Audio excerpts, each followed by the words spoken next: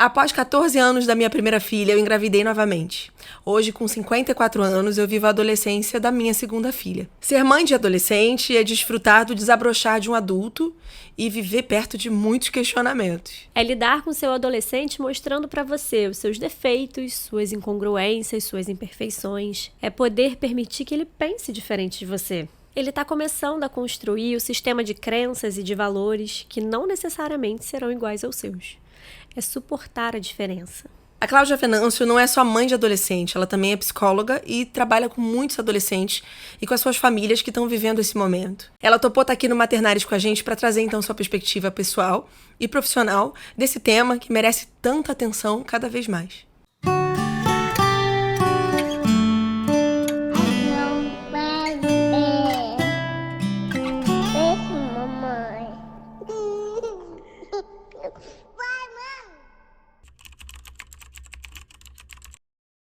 Cláudia, muito obrigada por ter aceitado o nosso convite.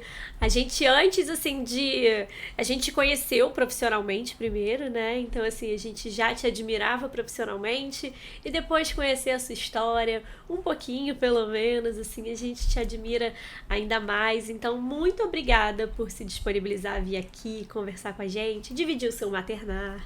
Obrigada a vocês, meninas. É uma honra poder estar aqui com vocês. Faço das palavras da Paulinha as minhas, é uma honra mesmo, um prazer, uma alegria ter você com a gente e para falar de um tema que você domina, né? Você, não só como a gente falou na abertura, né? Você não só é mãe de adolescente hoje, uma adolescente de 17 anos, como você trabalha com isso, estuda muito sobre isso, né? Sim. Então vai ser muito enriquecedor. Você tem um repertório de muitos adolescentes, né? Tanto Exatamente. Um repertório pessoal como profissional. Vai ser muito legal assim, a gente poder oferecer até nesse momento assim que a gente tá vivendo, eu digo nesses últimos anos, assim, né? A gente poder falar com tantas mães angustiadas e preocupadas e a gente poder oferecer alguma palavra aqui, né, pra elas. Sim, sim. É uma maternidade, é um outro lugar, né, da maternidade, ser mãe de adolescente. Mas antes da gente entrar no tema, se apresenta para quem tá assistindo. Sim. A gente fala quem é a Cláudia Venâncio. A gente fala Claudinha, né? Mas quem é a Claudinha, Cláudia Venâncio? Bom, sou Cláudia Venâncio, psicóloga, já formada há uns 30 anos, já parei de contar. E aí fui desde a faculdade trabalhando com infância, adolescência e atualmente trabalho ainda com a infância, mas bastante com a adolescência. É uma clínica que eu gosto muito, além de atender os adultos também. Sim. E só uma curiosidade, assim, né? O que te encanta tanto, assim, na clínica com adolescente?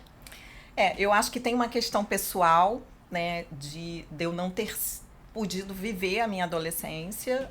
Então, eu fui um adulto muito precoce, muitas responsabilidades, então eu aprendo muito com eles, tenho muita disponibilidade para essa troca, me interesso por eles, que eu acho que é uma coisa que o mundo não está muito interessado no que eles têm a dizer, de uma forma geral.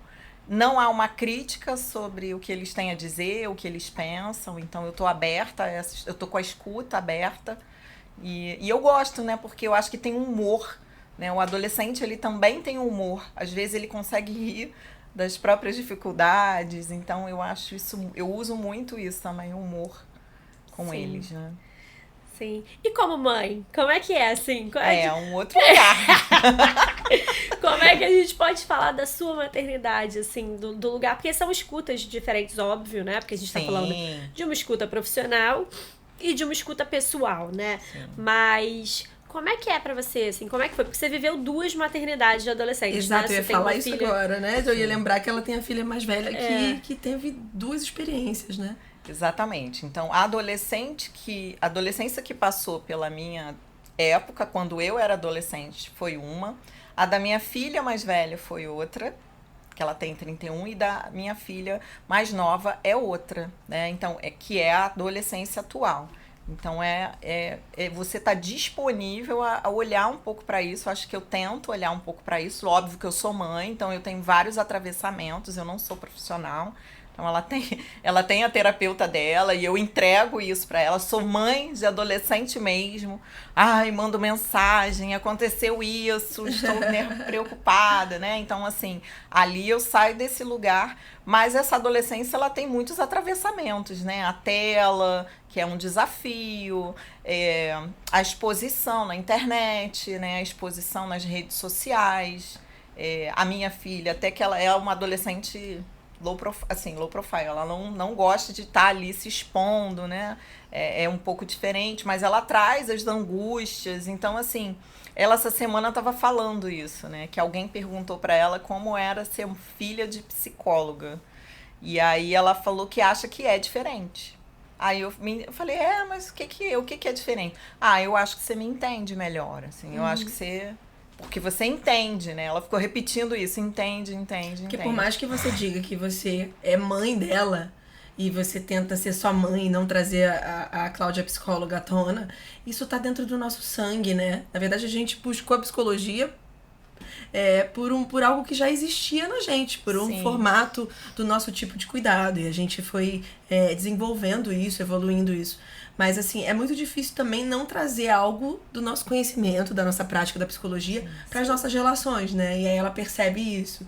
Mas como é importante separar, né, as coisas mesmo. Você tá certíssima, eu acho que é assim. A gente também tenta se acolher nisso, né, com nossos filhos, mesmo que seja num outro momento. Não se com cobrar, maridos, né? Com tudo, né? Tipo assim, aqui eu sou tenho um outro papel, eu não sou psicóloga, né? Mas ainda que não seja o nosso papel, e não é mesmo, né? Mas somos uma coisa só, né? E aí eu fico pensando o quanto de adolescentes no seu consultório, de quantas temáticas que surgem e que fazem também deflagrar, assim, marcas de um tempo, né? Marcas de um tempo de adolescência. E o quanto que isso também permeia a Cláudia mãe, né? No olhar de preocupação, ou no lugar de admiração, ou, assim, essas múltiplas facetas, né? Mas que, de alguma maneira, a gente vive ali, escuta ali, e isso também alimenta uma preocupação ou algum caminho dentro da Cláudia mãe, né? Assim, essa questão do cuidado, né, assim, com o adolescente, que eu vejo que tem uma ideia até cultural, vamos dizer assim, de que ele cresceu e que agora é por conta dele.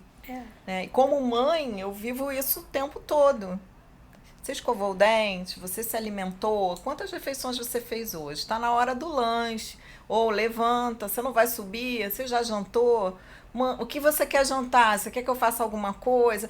Você não gosta do que tem aqui? Um cuidado no sentido de ele continua, ele precisa crescer, mas ele ainda precisa de um tipo de suporte, né? Sim. Então, esse suporte que eu vejo que alguns não têm.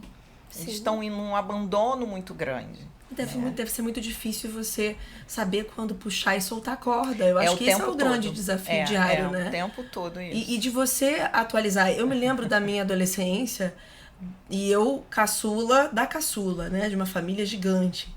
E aí eu lembro do quanto que eu percebia os meus familiares tendo dificuldade de atualizar que eu tinha crescido. E isso é uma coisa muito da adolescência, né?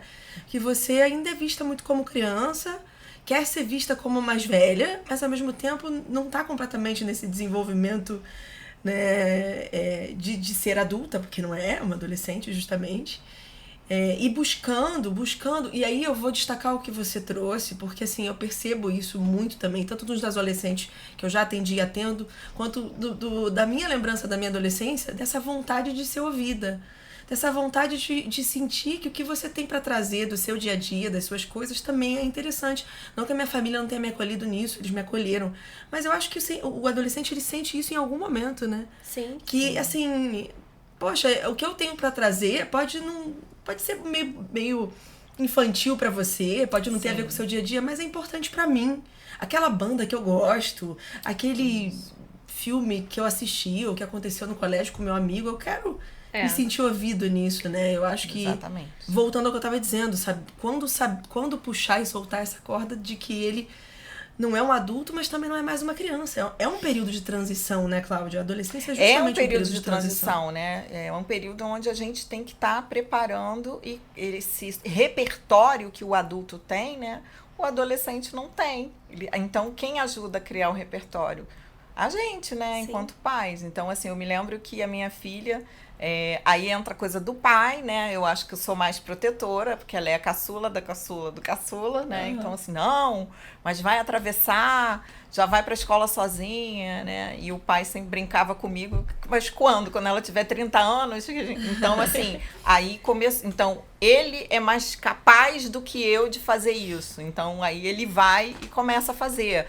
Então, a partir do ano que vem, você vai para a escola sozinho. Então, ele foi dando o repertório que era necessário. Eu vou com você, vou te mostrando para onde você tem que olhar, como é que é. Depois você vai com as amigas, eu vou atrás. Aí eu lembro que elas se desesperaram, saíram correndo. Aí ele falou, acabou tudo, ninguém vai mais sozinho. Vocês não seguiram aquilo que eu estava ensinando. Então, esse repertório, esse suporte para depois. Ó, agora você foi, você é capaz. Né?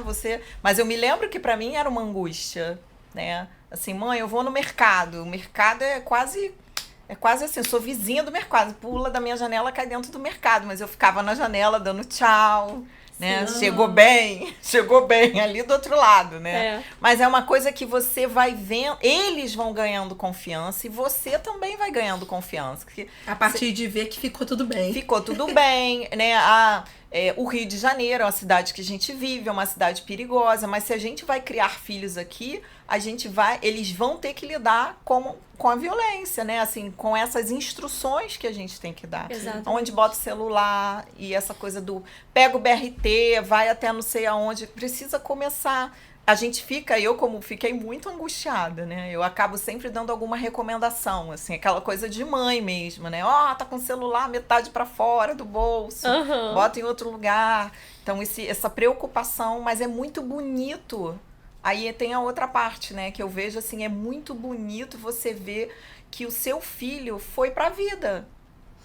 Que o nosso trabalho é entregar essa pessoa pro mundo. Sim. Né? Então, assim, é muito bonito você ter um outro papel na vida do seu filho, que aí eu também tenho uma filha adulta, né? Então, assim, hoje eu tenho um outro lugar na vida dela. Ela não precisa mais de mim como ela precisou quando era bebê, nem quando ela era adolescente.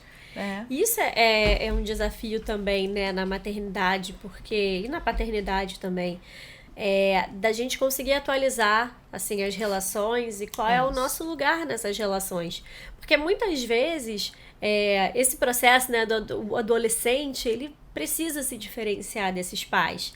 Então, quando ele chega na adolescência, ele começa a se diferenciar desses pais, começa a discordar desses pais, começa a tentar, até quando você falou das bandas, assim, que as pessoas não entendem muito, né, o ser fã, essa coisa dos grupos, como uma tentativa mesmo de reorganização dessa identidade. Isso. E que se os pais não abrem um olhar para isso e encontram, assim, conseguem ler mais o movimento dos filhos, eles podem trazer muito para o pessoal, e é isso que acontece muitas vezes. De pais que se sentem abandonados, de pais que trazem as suas angústias e as suas feridas e que interfere muito no movimento de expansão desse adolescente, né? Desse adolescente poder se diferenciar sem culpa. E a questão dele poder se diferenciar sabendo que ele pertence. Exatamente. Porque ele não se diferencia se ele não sabe que ele pertence em algum lugar. Ele fica preso ali, né? Exato. E que ele vai continuar pertencendo, mesmo sendo diferente. Mesmo sendo diferente. Então, quando não há, né, assim, isso é um desafio, porque você nasceu um filho, nasceu uma expectativa. Então, na adolescência, é você lidar com essa frustração, eu vejo muito isso, né, dos planos que você fez para aquela pessoa. Sim. Ela é uma outra pessoa, então, assim, eu tento, né, muito com a minha filha, com a que é mais nova. Bom, então você vai me ajudar no Instagram, ela tem uma questão criativa, ela tem uma pegada para moda, né? Porque esse cérebro adolescente, ele tem um potencial criativo altíssimo e destrutivo altíssimo para os dois lados, né? Então, eu vejo que os adolescentes, eles ficam muito nesse lugar, sem essa confirmação do que é bom, sabe? Sim, então, é o que eu tento fazer. Eu erro também, eu peço desculpas, né? Assim, erro a mão, às vezes é muito forte essa coisa de mostrar a tua incongruência, mas para crescer no colo não é possível. Não dá para ir embora sentado no colo. Né? Exatamente. Então ele vai questionar, ele vai mostrar. Ué, você fala isso, mas você faz isso? E você falou uma coisa tão importante, né? Da diferença da sua fase da adolescência, sua, Cláudia, pra tua filha mais velha e pra hoje da Bia, com 17 anos, né? Exatamente. Que a Carol tá com 31. 31. Então são de gerações diferentes. E da Carol pra Bia, né? Sim. Muita mudança, com toda a tecnologia, e como você falou, telas e redes Internet sociais. de escada que ela chegou a usar, Exatamente, a gente, né, chegou a usar, nós somos um pouco mais É. velhos que ela. Só. E aí, o que acontece? Você é a prova disso, de que não foi porque você já foi mãe de uma adolescente que você vai conseguir aplicar exatamente a mesma forma de ser mãe de adolescente com a tua filha mais nova, né? Que são pessoas diferentes, em momentos diferentes, lidando com diferentes desafios. Mas o que você acha que é mais gritante de diferença, assim, das duas adolescências que você viveu como mãe? E tá vivendo uma, né? Eu acho que essa questão das telas, né? Uhum. Assim, essa geração da Bia é a primeira geração nativa digital. Então, é a primeira geração que nasceu imersa no digital. A gente nunca teve uma outra.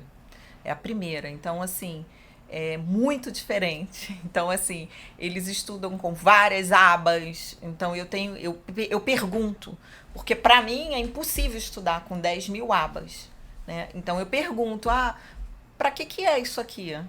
Para que você precisa disso aqui? Como é que é? Não, porque eu me organizo dessa forma. Então, há uma funcionalidade para ela naquilo ali. E se eu for só para crítica, eu tenho que ter um cuidado com isso. Eu tento, né? Não sou perfeita não, tá, gente? Assim, eu tento ter esse cuidado de que eu destruir aquilo que ela tem, que eu, né, assim, que eu percebo nas adolescentes, é destruir a autoestima. Uhum. Né? O alto valor. Então, assim, então me explica aí. Porque se pra minha geração 10 abas nem tinha computador, né? A gente não estudava assim, pra dela pode ser assim.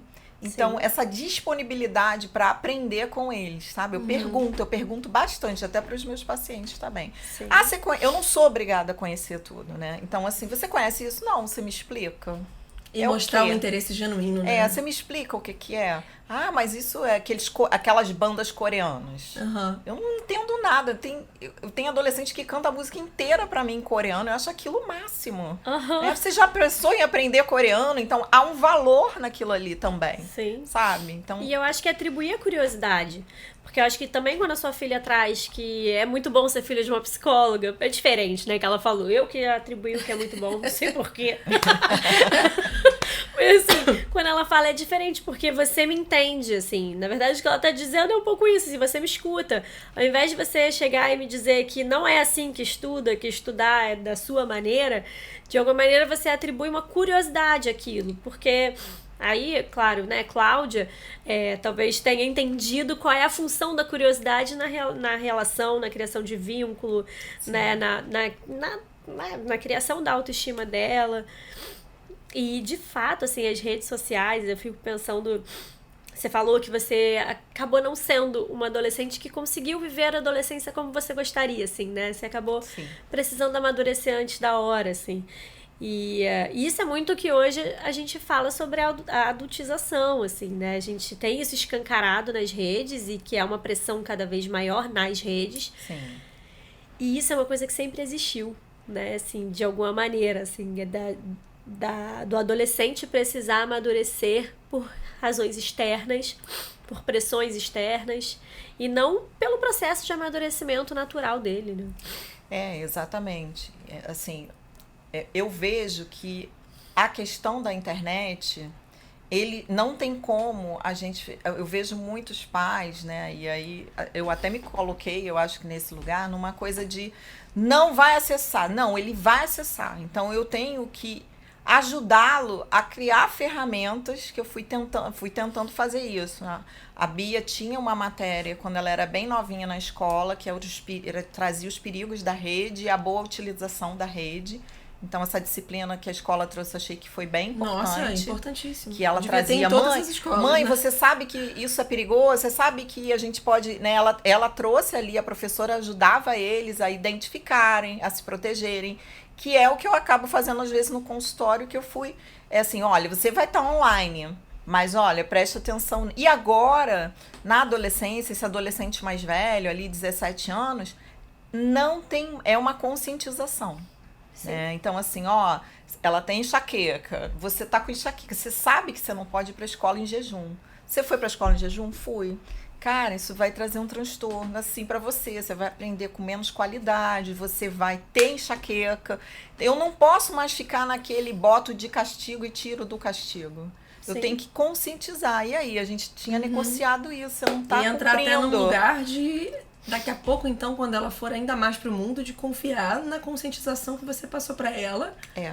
confiar na base que você deu pra ela, mas entendendo que ela vai levar pra frente o que fizer sentido de fato, né? Exatamente. Acho que ajudar também a desenvolver o olhar crítico para as coisas, né? Assim, e isso a gente está falando sobre desenvolver o olhar crítico, mas desenvolver o olhar crítico vai exigir também da gente poder lidar com essa pessoa que está crescendo, que está amadurecendo e que está tendo esse olhar crítico para tudo e para o mundo, né? Exatamente. Com cada vez mais acesso à informação, mais precoce. O quanto que o questionamento é importante na vida. Então, eu não posso roubar.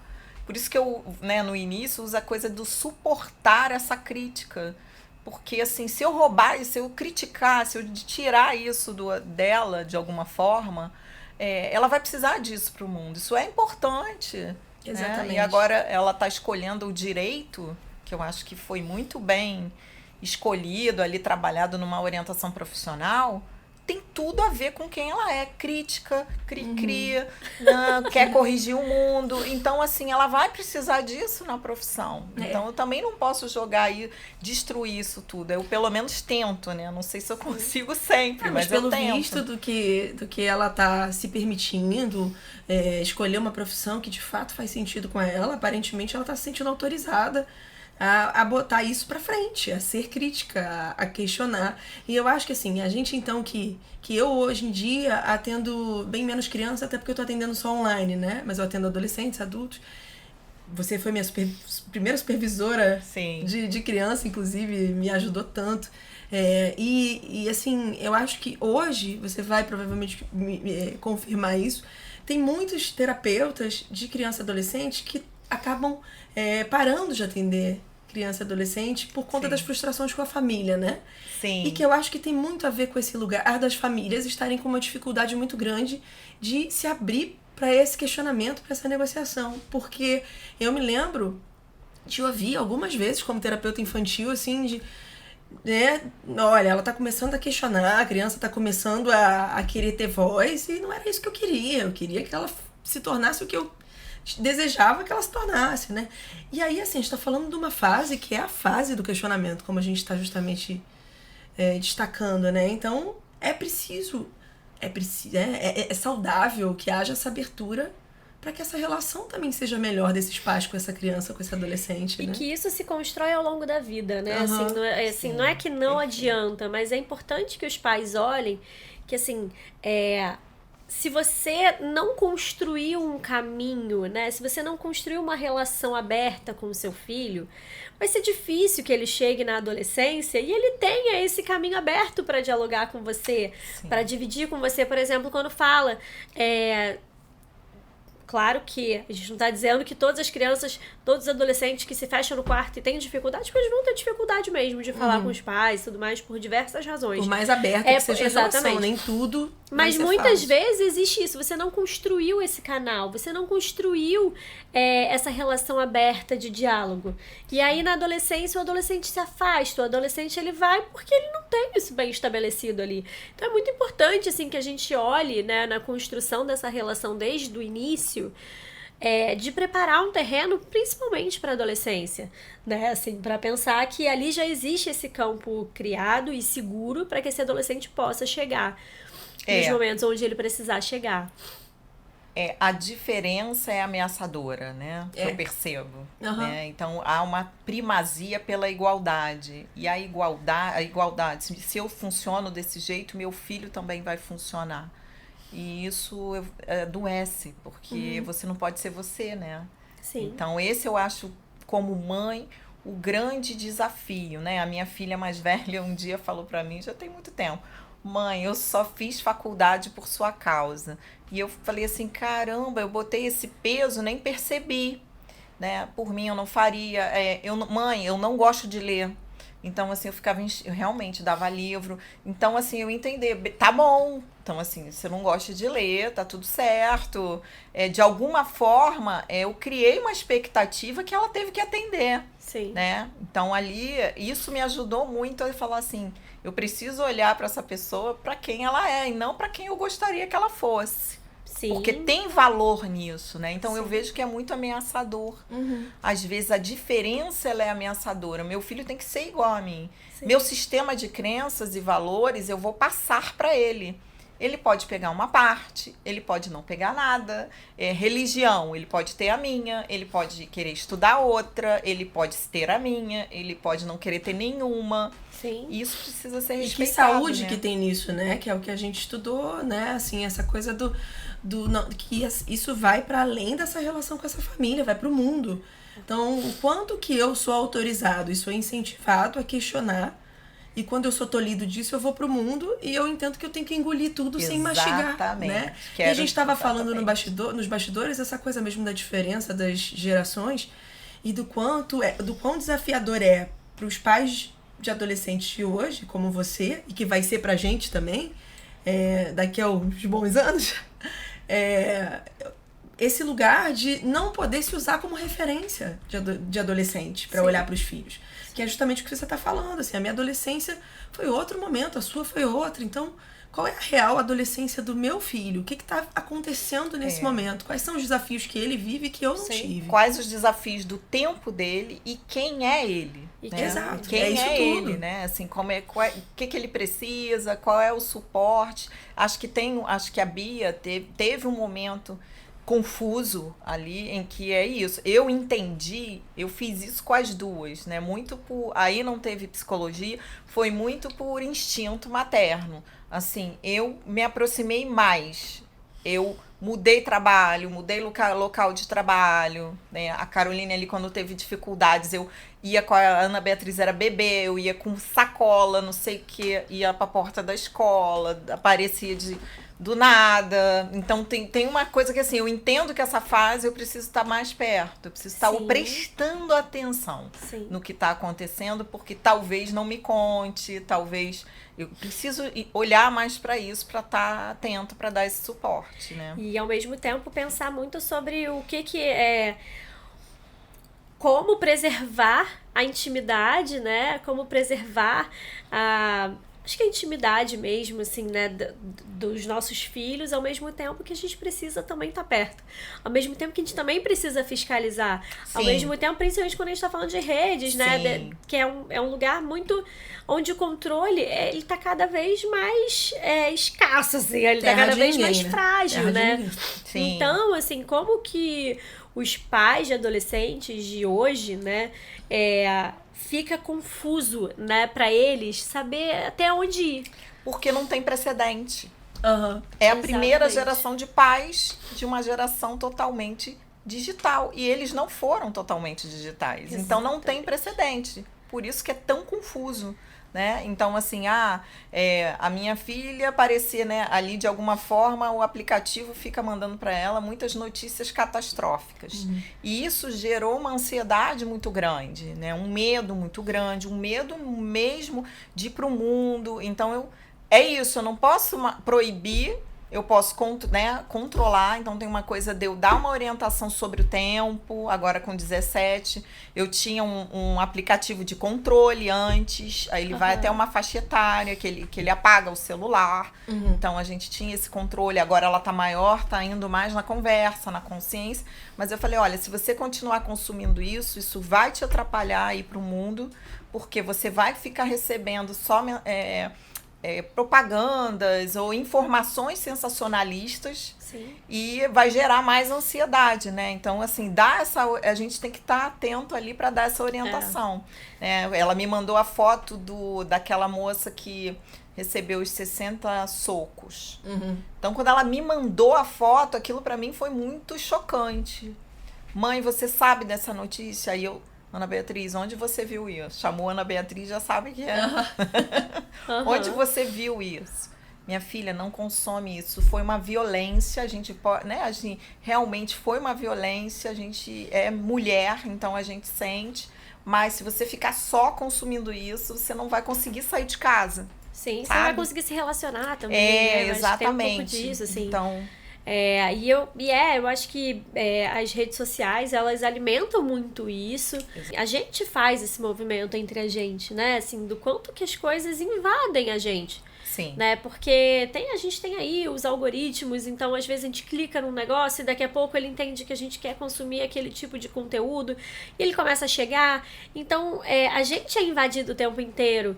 E eu fico imaginando, assim, né, viver uma adolescência aonde a gente, que já tá nesse movimento de entender, porque as nossas fronteiras de contato estão todas muito hiperpermeáveis ali, né? Então as relações, elas são todas mais fusionadas, né? A gente tá ali em busca da nossa identidade, a gente tá ali conhecendo o mundo por uma outra perspectiva, a gente tá conseguindo elaborar as coisas de um lugar diferente de uma criança, né?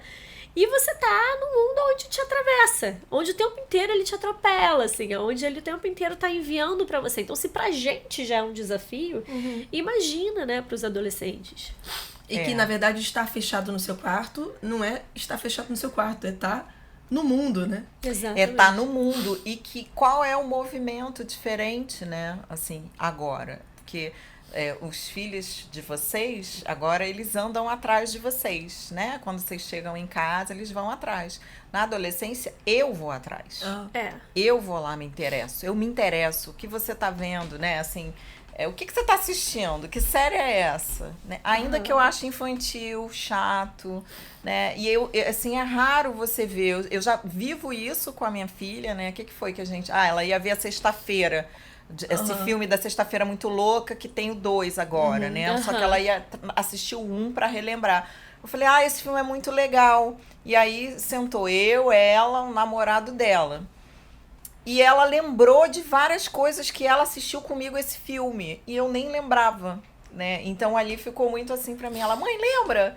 Lembra que a gente assistiu? Lembra que a gente não sei o quê? Lembra que não sei o que lá? Então como eu apresentei um momento, o filme. Né, que parece tão banal ali, foi tão importante pra ela, né? Dessa presença. E ela sabia a música do filme. Eu falei, mas tu lembra a música do filme? Então, assim, é isso. São as experiências que a gente tá ali também disposto a viver com eles. E eles gostam nessa coisa do quarto... Vem muito de uma construção, como você falou também, né? Eles têm a necessidade da privacidade deles. Fecha a porta. Você entra, saiu, fecha a porta, né? Eles têm essa necessidade, mas eles gostam também desse momento do eu me interesso pelo seu mundo, sabe? Sim, mas tem que ser na hora que ele autoriza. E você sabe, essa coisa do quarto, eu percebo, adolescentes que já passaram por mim dentro de psicoterapia e tal, que eu já vi algumas situações... do adolescente estar precisando vivenciar certas coisas, até sexuais mesmo, naquele momento ali que está se explorando e tal, e querendo, em algum momento, fechar a porta, trancar a porta, e não poder, né, e não ter essa permissão de trancar a porta. Mas eu falava, muitas vezes, até com os pais, ou com o próprio adolescente, ou com os pais, não quer que tranque a porta, tudo bem, mas bate antes de entrar, dá a oportunidade do adolescente tá fazendo alguma coisa e saber que tem alguém querendo entrar no quarto. Mas alguns pais não aceitavam isso e queriam, eu posso abrir a porta a hora que eu quero, né? E a porta tem que estar aberta e eu não quero bater, eu quero poder entrar e...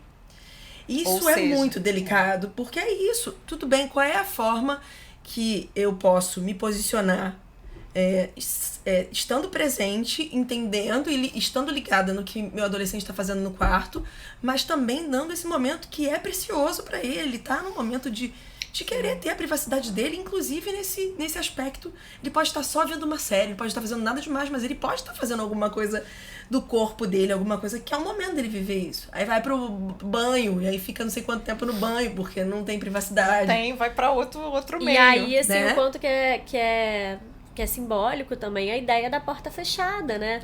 Porque é também os pais poderem lidar... Fronteira, né? Exatamente.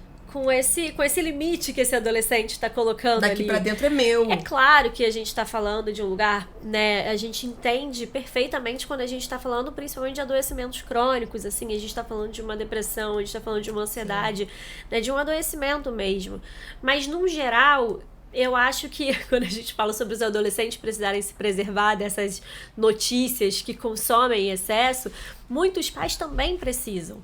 Porque às vezes existe uma preocupação tão grande, né? Esse desespero tão grande com o que eu não sou capaz de ver, e a gente não vai ser capaz de ver. Não, a gente não mesmo. vai ser capaz de ver. Eles vão ter segredos. O amigo vai ser mais importante do que a gente, né? É suportar. Por isso que eu acho que suportar. É suportar. Suportar atento, né? Alerta, podendo intervir. Sim, amorosamente, né? Amorosamente, olhando. E como você falou muito bem, ensinando aquilo que você entende como uma forma de amenizar ou de diminuir certos perigos. Sim. Mas que aí eu acho que entra também uma coisa que falar de adolescência é impossível não pensar nisso. O adolescente se sente imortal, né? O adolescente se sente invencível. Sim. Então isso, a conscientização que você está falando, que é um momento que você está vivendo com a Bia hoje, eu acho que é muito nesse lugar de, olha, não é só com o vizinho que vai acontecer. Você também pode passar por isso que você está vendo, né? Sim, é desenvolvimento do senso crítico, né? E do Eles amanhã, estão desenvolvendo o senso crítico. E do amanhã, porque a experiência... inconsequência que o adolescente acaba tendo. E essa inconsequência, ela é resultado de uma experiência muito presentificada, né? Assim, é uma presença, é uma experiência da vida em que ele não conta muito com o amanhã. O agora é muito forte, o agora é muito intenso. Então, as coisas que passaram, às vezes, passam, né? E aí também já nem quero mais saber, assim, tanto que a relação temporal, né? A relação do adolescente com o tempo é completamente diferente da nossa, né? Ele fala assim, já tem muito tempo, tem 1 ano. E a gente vai pensar, nossa, 1 ano pra gente, né? Assim, a nossa relação com o tempo é diferente da relação dos adolescentes. Então, a relação do adolescente com o amanhã também é meio desconectada do hoje. Isso faz parte do amadurecimento, né? Isso faz parte do nosso amadurecimento, da nossa experiência no mundo. Então, o adolescente, ele não tem muita essa conexão. Então, ele vive o hoje e é como se amanhã não tivesse consequências, assim, né? Então, ele poder... E eu acho que até da gente poder estar ao lado dele, pra ele poder viver a consequência do amanhã, né? É claro, preservando ele dos perigos. E eu entendo quando você fala coisa da inconsequência e tudo mais, porque isso amedronta mesmo, né? Eu acho que validar também esse lugar dos pais de que deve ser difícil beça, assim. Eu acho que é bem... Eu, como mãe, assim, eu acho bem difícil, mas é importante, né? Assim, eu sempre prezei muito por esse desenvolvimento da autonomia, você agora vai lavar sua roupa, né? Essa coisa da tarefa doméstica. A primeira vez que a Ana Beatriz me cobrou que a roupa dela não estava limpa, eu apresentei a máquina, ela tinha 15 anos, eu falei, essa aqui é a máquina, essa aqui é você, máquina você, lava a roupa dessa forma, desse jeito, às vezes ela ainda tira dúvida e ok, tô com preguiça, vou botar tudo junto. Eu falei, mas eu já te disse o que pode acontecer. Não, mas eu vou botar. Manchou a roupa toda. Ok, você vai ter que lidar com isso, com a sua roupa manchada. Porque eu dei as ferramentas. Então, um dia ela vai ter que... Um dia na vida ela vai ter que lavar a roupa dela, né? Então, eu vejo, às vezes, muito assim, esse lugar da infantilização das capacidades que eles têm. Né? Então, assim, lavar uma roupa... o que eu acho interessante é o susto das pessoas quando eu digo que ela lava a própria roupa. Eu acho isso muito interessante. Porque eu não vejo nada demais nisso. Sim. Você tá preparando a tua filha para ir pro mundo. Eu tô descansando e tô preparando. Exatamente. Sabe? Então, exatamente. Assim... Aí tem uma coisa do, mas ele tem 25 anos, ele não dobra a roupa dele. Mas você ensinou ele a fazer isso? Né? E eu acho que isso é importante, né? Assim, como que muitas vezes os pais, eles imaginam que vem pronto, assim, né? Ou que vai chegar um dia, que tem virou a chave. Que tem um dia que vai acordar sei lá, porque hoje, virou adulto, o que hoje é a pré-adolescência e a adolescência oficialmente, de idade? A gente fala ali de a pré-adolescência, 10, 11, né, 11 anos, ali até os 14, e o final da adolescência, ele tá cada vez mais estendido, né? Tem marcos aí de 25, ali de 14 aos 25. E eu acho interessante porque a fenomenologia, ela entende, ela não mede por marcos, né? Exatamente. A fenomenologia, ela olha para a adolescência como experiência. Sim. Então, assim, isso depende muito da experiência, é muito subjetivo, assim, quando começa e quando termina essa adolescência. Aí faz todo sentido. Faz muito mais parte de uma experiência pessoal do que exatamente marcos, assim, né? Que eu acho legal essa leitura, né? Eu acho que talvez pra gente ter um parâmetro, principalmente para dados epidemiológicos e tudo mais, a gente precisa, né, desses marcos. Mas eu acho interessante expandir essa leitura, porque muitas vezes a gente escuta, né, assim, pessoas de 20 e poucos anos falam assim, cara, mas eu me sinto adolescente ainda. Mas né? Mas está, na realidade, está adolescente ainda. Exato, mas eu tava falando desse marco, porque eu tava fechando aquilo que eu tava dizendo dos pais, da família, que às vezes acha assim, então... 14 anos, né? Então, dia do aniversário de 14 anos virou uma chave e ele tem que começar a se comportar como adolescente. Ou então, com 25 anos, então começar a se comportar como adulto ali naquele dia. Só que, o que eu fiz pra dar esse suporte pra que isso aconteça? E eu fiquei pensando na gente, enquanto mães de 2 anos, como que a gente já faz isso, às vezes, com os nossos filhos de 2 anos. Eu lembro quando eu falava assim, a partir de 2 anos pode comer açúcar, né? Então é como se assim, no aniversário de 2 anos... Vai comer o primeiro brigadeiro. Como se virasse uma chave e agora ele é uma outra criança. Você tá falando dos nossos pequenos, eu ia comentar isso, né? Essa coisa da adolescência se estender, é porque a gente comenta muito isso. Os 30 são os novos 20, os 20 são os 40 são os novos 30. A gente sente isso, né? Que a coisa tá puxando. São novos tempos, São novos tempos, tá muito diferente. Em vários sentidos. Hoje uma pessoa que casava lá atrás com 20 e poucos anos, casa com 30 e poucos, vai ter filho com 30 e tanto. As coisas estão diferentes, mas eu tô falando isso porque, assim, as crianças, adolescentes estão cada vez mais questionadoras, como a gente já disse, mas até numa coisa muito profunda, existencial. Você percebe isso também? Sim. Crise Tanto da na morte, tua filha, crise da morte, né? Porque aí tem uma coisa que eu ia dizer, que a adolescência ela não é linear, né? Então, seu filho ganhou uma habilidade de lavar roupa, como a minha filha. Daqui a pouco ele tem um comportamento extremamente infantil. Então, ele é inconstante. Ele vai pra frente, ele volta. Ele é inconstante volta. E conveniente, né? Também. Exatamente. Aí depois ele regride. Eu não sei lavar roupa nenhuma. Como eu sou... vida. Eu ainda tenho tal idade, mas pra outra coisa eu já tenho tal idade. Muito... É isso. Por isso que eu falo da conveniência. Manipuladora ali, um pouco. Mas o negócio dos nossos filhos é que a gente tava conversando isso outro dia, que os dois com 2 anos e meio já estão. Por quê? Aí outro dia eu ouvi de alguém, gente, mas ela já pergunta por que assim? Isso a gente esperava de uma criança de não sei quantos anos, mas 5 isso anos, é 4 o quê? anos. Se o ambiente me afeta, isso afeta o desenvolvimento do meu cérebro, claro, né? Sim, claro. Então, esse cérebro, ele tá se desenvolvendo, né? A questão é a questão da maturidade afetiva, né?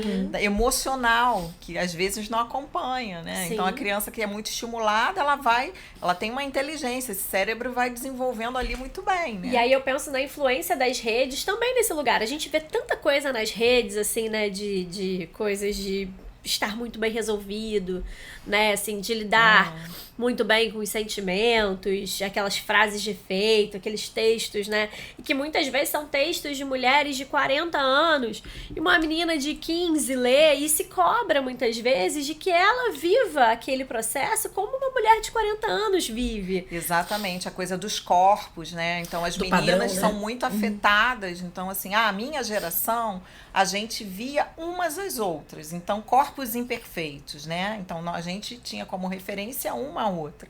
Sim. A referência agora é o filtro, corpo pelo filtro.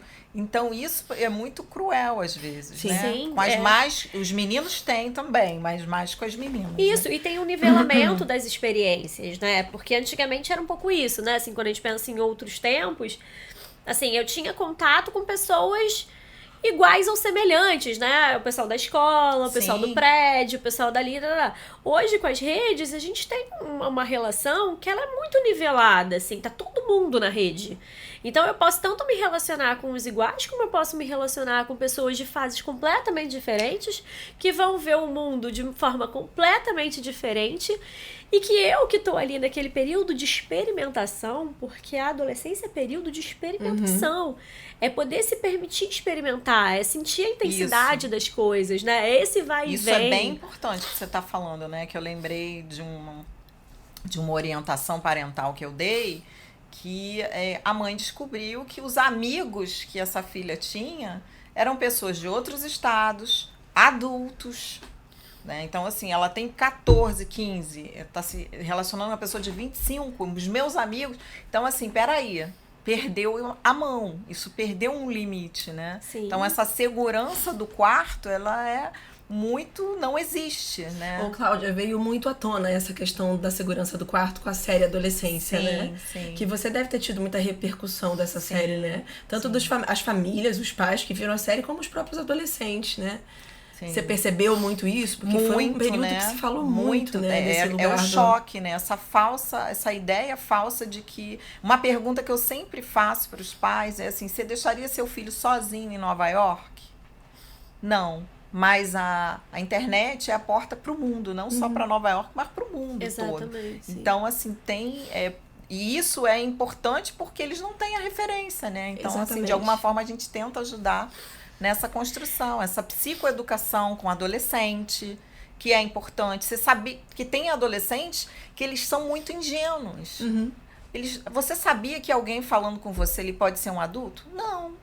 Então, assim, às vezes a gente se ocupa tanto em criticar que a gente deixa de dar a ferramenta necessária. Sim, e eu acho que o mais incômodo, talvez não o mais incômodo, mas com certeza uma das coisas mais incômodas dessa série, quando nós pais, né, paramos para assistir, principalmente a gente não achar nenhuma justificativa que nos afaste tanto desses pais, assim, sabe? Assim, de você parar, olhar para esses pais e pensar... Né? No início a gente pensa, será que rolou algum abuso, né? Será que a gente coloca, né, pontos como se esses pais, eles fossem pessoas que erraram muito, assim, né? Que fizeram alguma coisa muito fora da curva, assim, né? Para que, como se isso fosse determinar o que aconteceria na experiência daquele adolescente. Como se isso fosse determinar que aquele adolescente pudesse ser capaz de matar alguém, né? E aí, quando a gente vai vendo a história, a gente vai vendo que é a história de uma família comum. Aquele último episódio é muito isso. O último episódio, dando spoiler, né? Vou falar nada demais, mas vai mostrando um dia a dia deles ali, que você vai trazendo justamente essa mensagem. Olha que família comum. Família né? comum, e os pais onde olhando tenta. para eles, né? E a mãe fala, eu achei que ele estava seguro, né? Tem uma fala ao mesmo tempo que deflagra, principalmente na parte do carro, assim, o quanto que o diálogo, ele não foi construído, né? A privacidade não foi construída, né? Na hora que esse menino tá falando com o pai, de repente ele descobre que tá todo mundo ouvindo, assim, né? E ao mesmo tempo ele faz perguntas que não são respondidas, e ele toma a decisão por ele, e ele não sabe nem como é que aquela família tá reagindo, né? Fica um silêncio ali, ensurdecedor. Isso é deflagrado ali naquela... Mas é isso, assim, vivência. Quantas famílias não conseguiram construir também um espaço de conversa? Isso não significa que o filho vai matar alguém, mas claro. Eu acho que o assustador é isso, assim, você vê uma família comum que deu o seu melhor, assim, que tentou da melhor maneira como pôde, assim, mas que olha e fala assim, cara, olha o tamanho que tem isso, né, assim, olha o buraco onde a gente tá, assim, como que a gente precisa se atualizar para olhar para essa nova era, né, que a gente tá. Sim, é aquilo que eu falei, né? Esse cérebro tem um potencial criativo ou destrutivo, né? Então, a gente tem que estar atento dentro das nossas falhas, né? Das nossas imperfeições, mas com amorosidade. Eu acredito muito na amorosidade, né? Olhar para os nossos... É o que eu tento. Sim. Olhar para as minhas filhas com amorosidade, oferecer esse amor e a minha imperfeição. E é poder entender que essa pessoa é tão importante para mim que eu erro e peço desculpas, né? Eu não sou maior do que ela, né? Há uma hierarquia que eu sou mãe, mas eu não sou maior do que ela, né? Que ela tem que se submeter a mim. E aproveitar você aqui, falando desse tema tão importante, para que a gente possa falar para quem está ouvindo a gente... que, assim, tá com dificuldade de lidar com isso, enquanto mãe, enquanto responsável, ou adolescente que pode estar ouvindo, e que também não tá se sentindo entendido, compreendido, que tá precisando dessa ajuda, a psicoterapia nesse momento, ela é tão importante, ela é importante tanto para o adolescente quanto para uma orientação para essa família. Exatamente. Para que está acontecendo, né? Como é que um psicoterapeuta nesse momento pode mediar isso, pode ajudar nessa comunicação, pode ajudar esses pais a entenderem o que está acontecendo ou verem melhor o lado desse adolescente, e o adolescente também tentar entender por que os pais estão preocupados, estão tão preocupados, porque na cabeça deles, entendendo que tá tudo bem, não vai acontecer nada, poder entender por que esses pais têm medo, o que acontece, né? Que não é botar numa bolha e nem achar que tudo é muito grave, né? É que tem um luto nosso aí, né? Tem um luto que a gente tá vivendo, que é o luto do filho criança. Que e acabou. que o filho também tá lidando. Sim. Assim, como que tem uma família São inteira. vários lutos, né? Uma família inteira tá lidando, cada um com o seu, assim. Que vai desde o emocional ao corpo, né? Exatamente. O corpo físico, né? É um corpo que não é mais o mesmo, é uma relação que não é mais a mesma, é um olhar para esses pais que não é mais o mesmo, o olhar dos pais para o filho que também não é mais o mesmo. Então, é uma reconstrução, é uma travessia, né? Eu gosto de ver... Boa palavra, travessia. A adolescência como uma travessia, assim. Então, vocês estão atravessando. E vocês precisam fazer isso juntos, né? De alguma forma. Isso é bem importante, porque se a gente, né, não tiver ali, ele vai buscar em outros lugares, né? Então, se eu for só crítica, se eu não olhar para o que ele está tentando comunicar, enfim, ele vai buscar isso talvez em lugares que não vai ser tão legal, assim, não vai dar tanta informação boa, não vai ter tanta amorosidade. E esses juntos não significa igual e também não significa que tem uma forma certa ou uma forma rígida. Digo isso porque eu fiquei pensando numa ponte mesmo, né? Se a gente atravessa uma ponte longa, né? Eu com os meus filhos, que já são adolescentes, né? Eu tô entrando na adolescência, hora eles vão sair correndo, e aí eu vou falar, ei, tá indo longe demais, né? Parou aí, me espera. Hora a gente vai estar caminhando lado a lado e vai estar trocando uma ideia, vai estar conversando. Hora talvez eu ande um pouquinho mais à frente e eles fiquem um pouquinho mais atrás, mas a gente tá o tempo inteiro se percebendo. Então acho que a travessia, ela tem um pouco isso, ela é dinâmica. Essas configurações de posição são dinâmicas. Hora vai estar um pouco mais aqui, hora mais assim, hora mais assado. Então, da gente poder acompanhar essa dança, senão a gente fica nessa sensação de que ou a gente precisa estar à frente o tempo inteiro e aí a gente perde de vista, ou atrás demais e a gente perde de vista também. Então, é poder dançar, acho que conforme a música. Isso aí. Exatamente. E de entender que a adolescência não é necessariamente sinônimo de aborrecência, né? Não gosto desse termo. Exato, mas como ainda é muito usado, né? Porque, e é justamente esse termo e tantas outras coisas que acabam levando as pessoas a terem tanto medo. Ai, meu Deus, a adolescência tá chegando, socorro. A gente entende, a gente, né... a nossa vivência ainda é só de termos sido adolescente, não de mães de adolescente. Mas, assim, a gente entende que é muito desafiador, sem a menor dúvida. Mas que não precisa ser tão pesado quanto muitas vezes passa, né? Que não necessariamente o seu adolescente vai ser aquele adolescente tão estereotipado, né? Aquela coisa que... E que isso vai muito a partir de como ele vai ser visto por você. Então, isso é bem importante, né? Porque eu nasci naquele lugar, eu pertenço àquelas pessoas. O que elas pensam sobre mim, como elas me veem, é importante para quem eu vou ser na vida. Exatamente. Eu falo que assim, não adianta fugir, né? Não é que é bom e ruim, é como é. Então, assim, a gente vai definir muito isso enquanto pais, né? E é um lugar de responsabilidade. Sim. Né? Então, assim, eu acho que eu sou muito amorosa com os meus adolescentes. Os meus é ótimo, né? Assim, com os pacientes. Os seus. Assim, eu acho que eu me divirto. Tem uma coisa do toque, né? Quando é um atendimento presencial, eu posso te abraçar. E o quanto que... eles não gostam. Às vezes eles não querem mesmo, enquanto filhos, né? Sim. Mas assim, eu não sou mãe deles, né? Eu tô ali em outro lugar. Mas, e com a minha filha teve um momento, não quero. E E eu acho que é importante. E eu tenho essa coisa do toque do corpo com ela. Mas hoje eu quero um beijinho. Só um beijinho, né? Porque adolescente não é uma coisa só, né? Senão a gente fala do adolescente como se ele fosse isso. Aí ele vira uma... E esse termo aborrecência exatamente. fica esse lugar, Fica né? nesse lugar. Porque se tudo de adolescência, se você prestar atenção, é cursos para você estudar. Você não tem curso só de adolescente, você tem infanto-juvenil. Então ele tá sempre num lugar meio que ele não é dele, não é só dele, sabe assim? Então isso é interessante, ele tá sempre nesse lugar. E aí esse termo, eu acho que vai dando um estereótipo, eu acho que é desafiador, né? Desafiador ser pai e mãe de adolescente. Não só por eles, isso, pela gente também. Tem pais que se interessam, né? Querem ler, querem entender. O que é isso? Né? Então, teve a questão da pandemia, que é uma coisa bem importante. Eu vivi isso como mãe. Eu dormiu um ser, ele levantou um outro ser, numa noite para outra. É assim, minha filha adoeceu na pandemia.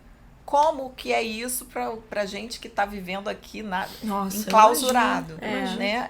Assim, foi bem difícil, né? E de novo... Quero ver os amigos, eu não aguento mais ficar aqui dentro. Sim. E menstrua durante a pandemia. Então, assim, esse corpo que começa a mudar... Foi muito... A gente nunca imaginou... Você nunca imaginou que ia viver a adolescência da sua filha no meio de uma situação dessa. A minha filha teve escoliose grave, porque ela ficou no estirão da adolescência sentada assistindo aula. Então, a coluna dela fez assim, ó. Caramba, nossa.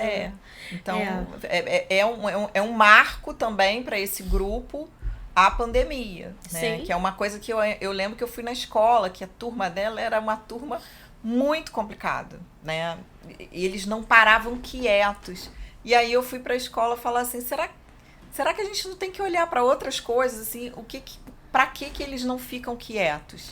Eles tiveram que ficar presos, né? Então assim, agora eles voltam querendo quebrar tudo, querendo falar tudo, querendo tocar em todos. Então assim, realmente era difícil o manejo ali do professor. Eu entendo a escola, mas a gente tinha que olhar que aquele grupo foi muito particular o que aconteceu com eles. Não dava para passar por cima disso. Sabe? Ainda mais porque é uma fase que vai encontrar uma dificuldade especial de lidar com o tédio. Então, assim, a pandemia foi um convite a todos nós, né? Lidarmos com o tédio. Eu como mãe, fui tentando lidar com isso e comprei, como a minha filha gosta de arte, né? Desde que muito pequena, então eu comprei muita tinta, muita tela. Mãe, posso pintar o meu quarto? As paredes? Pode. Ela pintou, ela despintou. Tá tudo até hoje lá, né? Então, assim, porta, ela pintou de um jeito, tirou, pintou de outro. Então, eu fui com guache mesmo. Eu fui deixando ela se expressar. Ela pegou CDs e fez quadros, né? Fez paisagens. Então, assim, eu deixei essa expressão. Eu fui tentando dar ali uma expressão daquilo que ela precisava, desse tédio que virou algo criativo. Exatamente. Né? Ficar nesse tédio. É um ócio que eles não conhecem, que eles a gente não também conhecem mais, né? Então a gente tem essa dificuldade, né? Eu acho que o tédio ele é um convite delicado mesmo. Que a gente vamos marcar um outro episódio pra gente falar de telas e de Exatamente, tédio. Vamos mesmo. A gente vai fazer um especial sobre isso. Aquela já antecipei. Gente, nem sei se vamos, Cláudia, você topa? Então vamos embora. Vamos pro nosso bate-bola, então? Vamos. Então, Cláudia, se você puder definir a sua maternidade em uma palavra, qual seria? Hoje, da adolescente, né? Óbvio, né? Uma amorosidade com presença. Né? Amorosidade. Acho que é amorosidade. Você vê como que já diferencia, né? Que olha o olhar dela, né? Que ela escolhe ter pra adolescência, né? E o que você mais gosta na maternidade? Eu gosto muito dessa coisa de uau, essa pessoa saiu de dentro de mim, né? Esse ser que vai se construindo ali, que é diferente, tem coisas minhas, tem influência minha, mas não sou eu. Então, assistir isso eu acho fantástico, assim, eu acho fantástico. E o que você não gosta na maternidade? Ai, eu sou muito independente. Então, eu não gosto de nada que me prenda. Comprometer meu ir e vir. A adolescência tem isso de bom, né? Que eu falei pra vocês. Ah, minha filha passou mal. Você pode pegar um Uber. Você tem condições. Bota um saquinho, se quiser vomitar. E vem até aqui. Estou trabalhando. Lógico que se for uma coisa gravíssima, eu vou ter que ir. Mas eu gosto, assim, essa coisa do ir e vir pra mim é sempre foi muito ruim. Sempre foi muito difícil. Perder o meu ir e vir. E o que você acha que foi ou é mais desafiador pra você na maternidade até hoje? Você falou desafiador, eu lembrei que eu fiz faculdade, eu tive um bebê no meio da faculdade. Nossa, Foi muito difícil. Imagina. Foi muito, não sei nem como eu consegui, sinceramente. E foi a faculdade de psicologia? Foi, né? Foi muito difícil. E o momento especial? O momento especial é quando eu vejo as minhas filhas juntas, com uma diferença de 14 anos, e aí eu entendo pra que eu tive o segundo filho. Né? De uma certa forma tem um resgate aí, né? Assim, daquilo que eu não tive e que eu falava assim, não, eu quero ter outro filho para essa relação delas. E as pessoas diziam, isso é impossível, é uma diferença enorme. E não é, sabe? Assim, ela, eu quero ir no show tal, mãe... pede a sua irmã, cara. E a irmã vai, curte o show com ela, elas estão numa idade agora que tem ali uma proximidade, algo em comum de algumas coisas, não tudo, né? Então, a amizade, o amor que tem entre elas, eu acho assim... Que legal. Que lindo. Eu plantei ali, né? E se você pudesse botar num potinho algo, ou um momento, um cheiro, qualquer coisa que seja da tua maternidade, das duas, o que você botaria num potinho pra guardar, pra sempre poder acessar quando você puder? Aquele cheirinho, né, do bebê. Sim. Da cabecinha, né? Da cabecinha, E o que você mais procura no Google sobre maternidade? Nada, hoje nada. Mas o que você lembra de procurar, assim, em algum momento? Não tinha Google, né, gente? Na minha época, lá atrás era pedir ajuda. Eu não tinha muita rede de apoio. Eu fui uma mãe, eu pari 2 filhas sozinha. Mas hoje você está passando pela adolescência e tem Google. Em nenhum momento você botou um negocinho ali? Sim, peraí. Cara... Acho que eu botei alguma coisa do cérebro. Acho que em algum momento eu coloquei alguma coisa do cérebro. Eu fui ler aquele livro mesmo do Siegel, né? Que é o cérebro do adolescente. Busquei ali informações sobre esse funcionamento. E esse livro é muito legal porque eu até indico para alguns pais. Você vai entender como é esse comportamento que está acontecendo. Ele não é só exclusivamente do seu filho. Há uma mudança nesse cérebro ali muito grande que está acontecendo. Aliás, boa indicação para os nossos seguidores. Sim, Daniel Siegel. Cláudia, muitíssimo obrigado mais uma vez. Esse episódio foi muito especial. Era um episódio que a gente já queria trazer há muito tempo, assim. A gente já tava, ai meu Deus, a gente tem que falar sobre a adolescência, a gente tem que falar. E eu acho que agora foi um ótimo momento. Mas antes da gente terminar, divulga para aquela câmera ali o seu Instagram. @ClaudiaVenâncio-PC. Maravilha, Cláudia. Obrigada. Muito obrigada. Beijo, foi maravilhoso mesmo. Adorei o nosso papo. Uma delícia. Por mim, a gente ficava aqui horas. Amei. Vamos Obrigada. combinar outro. Vamos. Um beijo.